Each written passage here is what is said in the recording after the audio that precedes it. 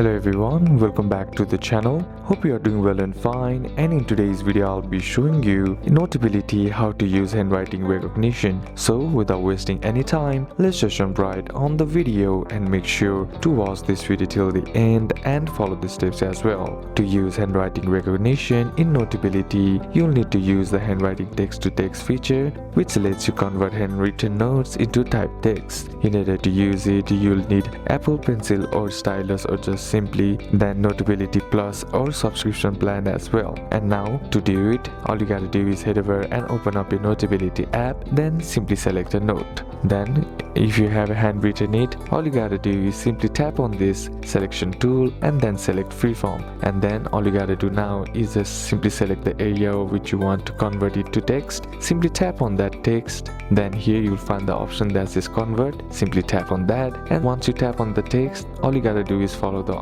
on-screen prompts to successfully convert it. So these are a couple of steps that you can apply, and that's it for today's video guys. Hope this video was useful to you. Leave a like if it did, comment down any questions that you have, and see you soon on the next one.